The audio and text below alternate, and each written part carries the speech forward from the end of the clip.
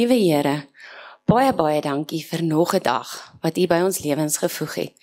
Dankie dat ons vanoggend kon opstaan en dat ons almal hier na U huis toe kan kom om saam te kom aanbid. Here, dankie dat ons die vreugde daarvan kan geniet, die samesyn en ook dat ons kan weet dat U teenwoordig is hierso. Dankie vir die kalmte, dankie vir die rustigheid. Ons wil vra dat daar waar daar persone is wat hierdie week gaan verjaar, dat U asseblief met hulle sal wees. Mag U hulle lewensjaar seën met net goedheid en guns uit U Vaderhand. Here, waar ons nou 'n program gaan aanbied, wil ek vra dat U die leidsman sal wees. Here, wees met Chantal, laat alles wat sy sê, dit is wat U graag wil hê ons moet hoor. Ons dink aan die siek mense en ons vra dat U asseblief met hulle ook sal wees. Here, daar is so baie wat siek is en wat probleme het en ons dra elkeen aan U op en ons weet dat ons probleme kan altyd verdwyn of uitgesorteer word, mits ons U hand vat en aan U vashou. Ons bid al hierdie dinge net in U naam alleen. Amen. Hartlike goeiemôre dan nou van my kant af ook, en ek wens 'n baie geseënde Sabbat vir almal van julle ook toe. Marijke, baie dankie vir daai mooi verwelkoming, en al het ek nie eintlik vir haar eers gesê wat die tema is en wat ek gaan bespreek nie, het sy in haar verwelkoming ingebring dat ons God se teenwoordigheid tasbaar moet voel. En dit pas vir my so mooi in by wat ek ook vandag bietjie oor gaan gesels. So die tema van my Sabbatmanna is taal van die heelal. So ek wil hê julle moet nou bietjie julle self voorstel 'n naghemel vol sterre. Stel jou voor jy is iewers waar dit baie donker is en baie stil en jy kyk op na die uitgestrekte hemel. En dit kan nogal onvoorspelbaar lyk, daar ver buite en oneindig groot. Maar diep binne in die struktuur van die heelal is daar orde, en daar's wiskunde, en daar's patrone wat alles saamhou. En vandag wil ek nou met julle praat oor 'n taal wat gesien, gehoor en gevoel kan word, al praat dit nie met woorde nie. Ek wil vra dat julle vir my saam sal blaai na Psalm 19 toe. So Psalm 19 en ons gaan lees verse 2 en 3.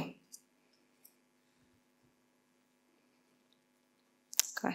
So Psalm 19 vers 2 tot 3 sê: Die hemele vertel die eer van God en die uitspansel verkondig die werk van sy hande. Die een dag stort vir die ander 'n boodskap uit en die een nag kondig vir die ander kennis aan. So hierdie vers beklemtoon hoe die heelal 'n getuienis is van God se grootheid en hoe al hierdie wiskundige en die fisiese patrone daarin sy skepingsorde weerspieël. Nou tradisioneel as ons die woord wiskunde noem, dan is dit nou nie noodwendig almal se gunsteling vak nie. Maar wiskunde is tog die fundament van fisika, ingenieurswese en van die lewe self. Galileo Galilei, die bekende sterrekundige, het eenmaal gesê: wiskunde is die taal waarin God die heelal geskryf het. En nou hoekom sê ons so?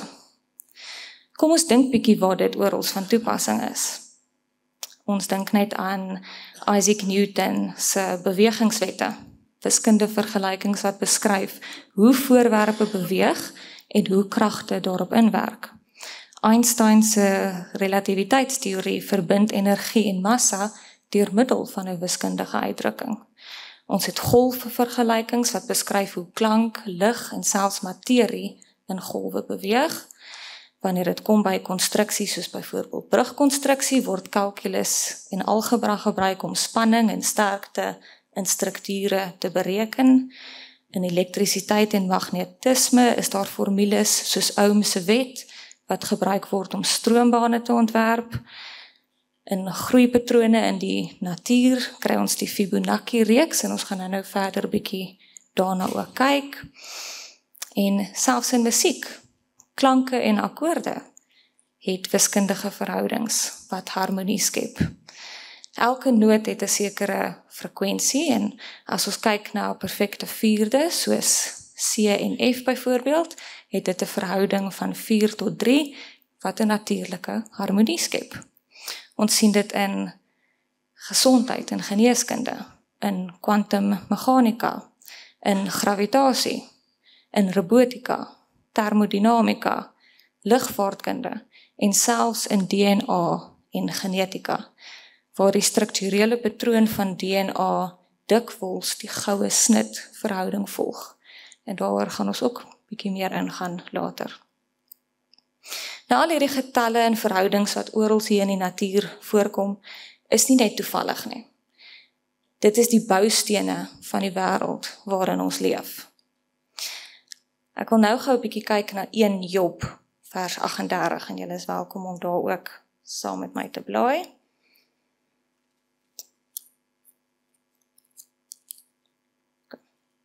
So 1 Job 38 vers 33 sê: Ken jy die wette van die hemel? Of kan jy sy heerskappy oor die aarde bestel? So ons weet al die wette kom van God af. Dis sy intelligensie. So ons weet, selfs hierdie vers vertel vir ons dat die heelal nie per ongeluk bestaan nie. Dis 'n ordelike en 'n geskape geheel wat deur 'n magtige en 'n wyse God onderhou word. En wiskunde is die instrument wat ons gebruik om 'n klein bietjie daai orde te begin verstaan. En wat ons help om met ontzag en verwonder in die hele natuur vir God raak te sien. Van die beweging van planete tot in die heel kleinste van elemente. Nou, ek het in die vorige skyfie toe, praat ek gou van die, of toe noem ek van die Fibonacci reeks. Nou, hoe die Fibonacci reeks is as volg, hoe hy werk is as volg.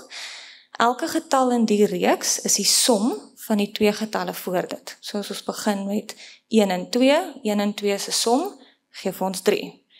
2 en 3 gee vir ons 5. 3 en 5 gee vir ons 8, ensovoorts. En wat merkwaardig is dat hierdie reeks orals in die natuur voorkom. Ons sien dit in die spiraalvorm van die sonneblom se saadblasing, in skilpe, in die vertakkings van bome en blomme. En hierdie reeks hou ook verwant met die goue snit, wat ek nou van genoem het. En die goue snit is 'n verhouding van 1 tot 1.618, wat regdeur die natuur in menslike kuns en argitektuur en selfs in ons menslike liggaam voorkom. So as ons kyk na die verhouding van, waar ons die goue snit sien, dis waar ek nou gaan gesels, as ons kyk na die verhouding tussen ons hand en ons voorarm, en ek gaan meet my hand se lengte en ek gaan meet my voorarm se lengte en ek deel dit met mekaar, dan kry ek 1.168. En dis in verskeie gedeeltes van ons liggame van toepassing. Die verhouding in ons gesig van ons oë, as ons gesig sê maar 21 cm lank is, die verhouding van jou oë tot by jou ken, gebaseer met die verhouding van jou haarlyn tot by jou oë, as jy dit gaan meet en ook deel, dan kom jy by die goue snit uit. Okay. En ons verskeie gedeeltes van ons liggaam waarmee ons dit kan doen en in ons gesigte. Okay.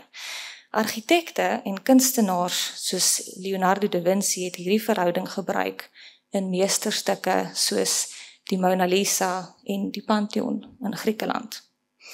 En dit wys weer eens vir ons dat wiskunde nie net 'n abstrakte konsep is nie, maar dit is lewend en dis werklik wat in God se skepping weerspieël word. Kom ons lees gou weer nou terug na Psalms toe, Psalm 139.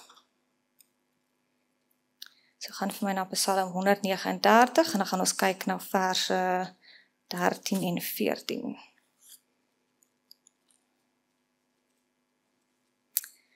Okay, in Psalm 139 vers 13 tot 14 sê, want U het my niere gevorm, my in my moeder se skoot geweef. Ek loof U omdat ek so vreeslik wonderbaar is. En wonderbaar is U werke en my siel weet dit al te goed. Hierdie vers beklemtoon ook dan vir ons die perfekte en die wonderlike manier waarop die menslike liggaam geskep is. En die goue snit is iets wat soos 'n handtekening van God se ontwerp. En oral waar al hierdie dinge voorkom, wys dit op harmonie, balans, estetika en orde. Dan as ons kyk na iets soos klank. As jy klank op 'n spesiale oppervlak met sand sou plaas en 'n sekere frekwensie sou speel, sal jy patrone in die sand begin sien vorm.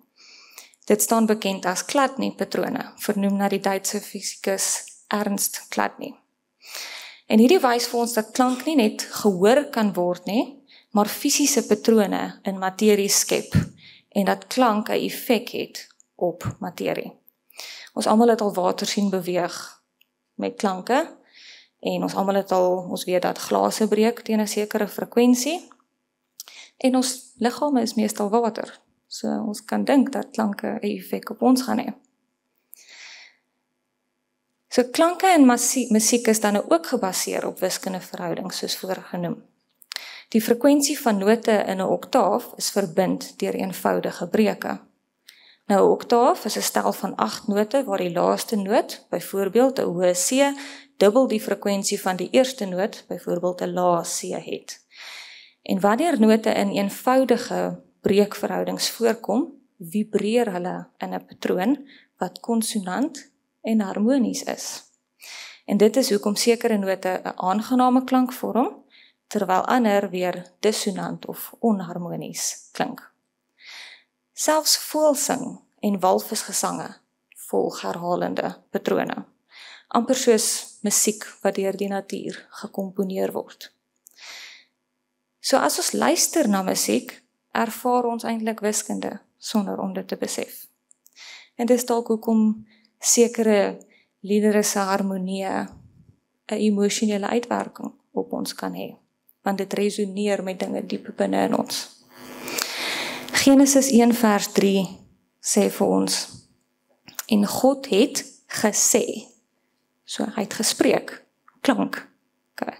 En wat het hy gesê? Laat daar lig wees, en wat het gebeur? Daar was lig. Okay. So dit toon vir ons dat die mag van God se woord fisiese veranderinge in die wêreld teweegbring.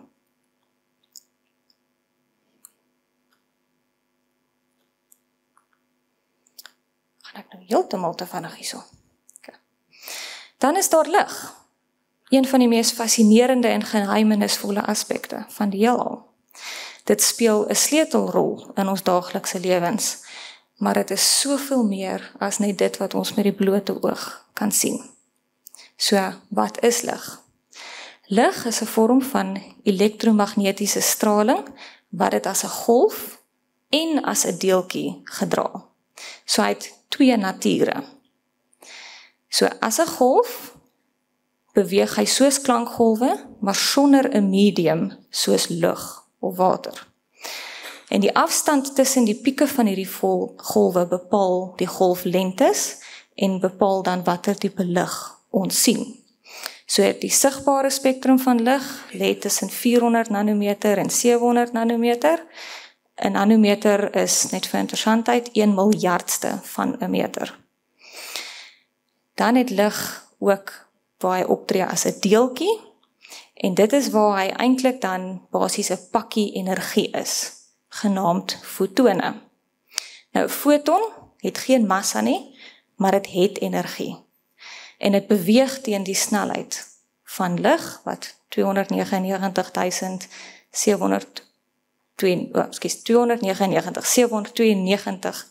km per sekonde is. En hierdie lig het interaksie met materie. Byvoorbeeld die elektrone wat in ons sonpanele energie opwek. Fotone is ook wat die kegeltjies en die stafies in die menslike oog aktiveer, wat ons sig moontlik maak. Dit is wat fotosintese laat plaasvind.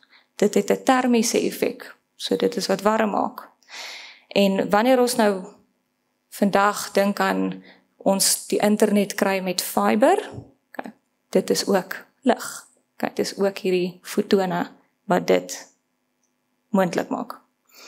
So hierdie dubbelfunksie van lig om beide 'n golf en 'n deeltjie te wees is een van die mees ongelooflike aspekte van fisika. En is ook 'n bewys dat die skepping veel dieper en ingewikkelder is as wat ons met die blote oog kan waarneem en kan sien. As ons lees, ek wil gou lees Jesaja 60 vers 19 en julle is welkom om saam met my daarin ook te blaai.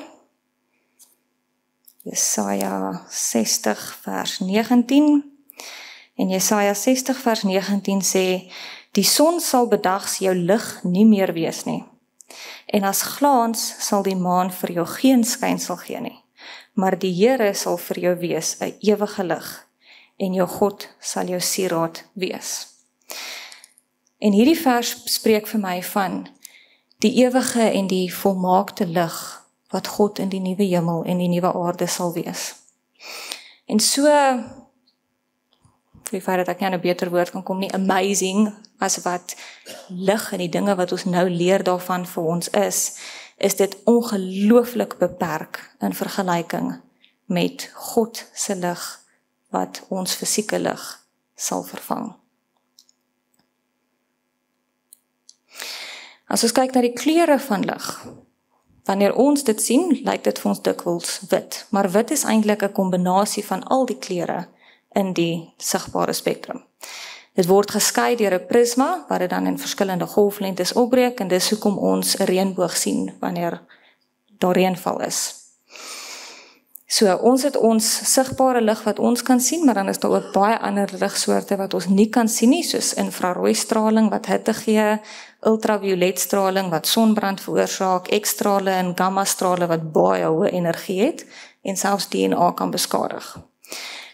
Diere soos bye kan ultraviolet lig sien en slange gebruik infrarooi lig om hulle prooi op te spoor. Nou die menslike oog kan net 'n baie klein fraksie van al hierdie spektrum waarneem. En dit beteken dat daar baie dinge om ons gebeur wat ons nie kan sien nie. Nou hoe werk kleur werklik? Kleur is nie eintlik iets wat voorwerpe besit nie. Kleur is eintlik hoe ons brein lig interpreteer. So 'n rooi appel is nie eintlik rooi nie, dit reflekteer net rooi liggolwe en absorbeer die ander kleure. En hierdie refleksie en absorpsie is hoekom verskillende materiale verskillende kleure het. So swart absorbeer byvoorbeeld al die kleure en dis hoekom dit warm word in die son en wit reflekteer weer alle kleure en daarom bly dit koeler. Lig vorm ook patrone deur interferensie en diffraksie. En dit is hoekom ons op olie hierdie pragtige kleure sien en hoekom CD's en borrels hierdie reënboog-effekte toon. Nou klank en lig het baie ooreenkomste. Beide beweeg in golwe, beide kan saamgevoeg word om patrone te vorm en beide kan manipuleer word om verskillende effekte te gee. In die Bybel is lig 'n simbool van God se teenwoordigheid, van sy waarheid en lewe. Johannes 8 vers 12 sê vir ons, ek is die lig vir die wêreld. Wie my volg sal nooit in duisternis leef nie, maar sal die lig hê wat lewe gee. So God gebruik lig om sy teenwoordigheid te openbaar. As ons dink aan die brandende bos van Moses. Sonder lig sou daar geen lewe wees nie. En sonder God se lig sal ons siele in duisternis bly. So lig is 'n vreeslike groot teken van die skepping. En wanneer ons na die konsep van lig kyk, sien ons hoe fascinerend God se skepping is. Lig wat beide 'n golf en 'n deeltjie is soos Jesus wat mens en God is. Lig is die vinnigste ding wat ons kan meet in die heelal, maar God se lig is selfs vinniger. Ons sien net 'n klein deeltjie van lig, maar daar is soveel meer wat ons nie kan waarneem nie. Net soos wat ons nie dalk al God se werk dadelik kan sien nie, maar ons weet dit gebeur en is daar. Ons leef in 'n wêreld waar lig ons wêreld definieer, maar dit is God se lig wat ons lewens verander. En elke kleur, elke golflengte weerspieël die grootheid en die skoonheid van die Skepper. So wat leer ons hieruit? Wanneer ons die taal van die heelal verstaan, besef ons dat daar 'n goddelike hand is, wat alles in orde plaas. Ons lewe nie in 'n chaotiese wêreld sonder sin nie. Daar is wiskunde, patrone en harmonie in elke liewe deel van die skepping. Dit wys vir ons dat daar 'n plan en 'n orde in alles is. Patrone in die natuur wys vir ons 'n ontwerper. Klank en musiek gee vir ons harmonie wat deur die hele skepping vloei. Lig herinner ons daaraan dat God se teenwoordigheid oral is. En as ons na die natuur kyk, na al die klanke luister, of selfs 'n eenvoudige blom bestudeer, sien ons die hand van God in aksie. En ons is geneig om soms te dink dat net mense kommunikeer, maar as ons beter luister en kyk, sal ons agterkom dat die hele skepping met ons praat, in hierdie wiskunde, in die lig, in die klank en in die patrone. Hy het hierdie hele heelal met 'n doel geskep, en jy is deel van daardie wonderwerk. Romeine 1 vers 20 sê vir ons die volgende: Want sy onsigbare dinge kan van die skepping van die wêreld af in sy werke verstaan en duidelik gesien word, naamlik sy ewige krag en goddelikheid, sodat hulle geen verontskuldiging het nie. So die hele skepping openbaar vir ons die mag en die bestaan van God. Die orde en die patrone wat ons in die natuur sien, is 'n bewys van sy teenwoordigheid en van sy skepping. Amen. Ons sluit asseblief die oë. Ons hemelsalmagtige Vader, Jehova, dankie vir alles wat U geskape het, en dankie dat ons U liefde en U intelligensie in elke liewe ding in die skepping kan raak sien. Vader, ek bid dat ons almal wat hierna geluister het en hier sal uitstap, nie weer dieselfde na enigiets om ons sal kyk, of na onsself nie, Vader. Wees asseblief saam met ons vir die res van die dag se verrigtinge en seën dit ook, Vader. En dankie dat ons kan weet dat absoluut alles tot U spreek. Ek bid dit in Jesus se naam alleen. Amen.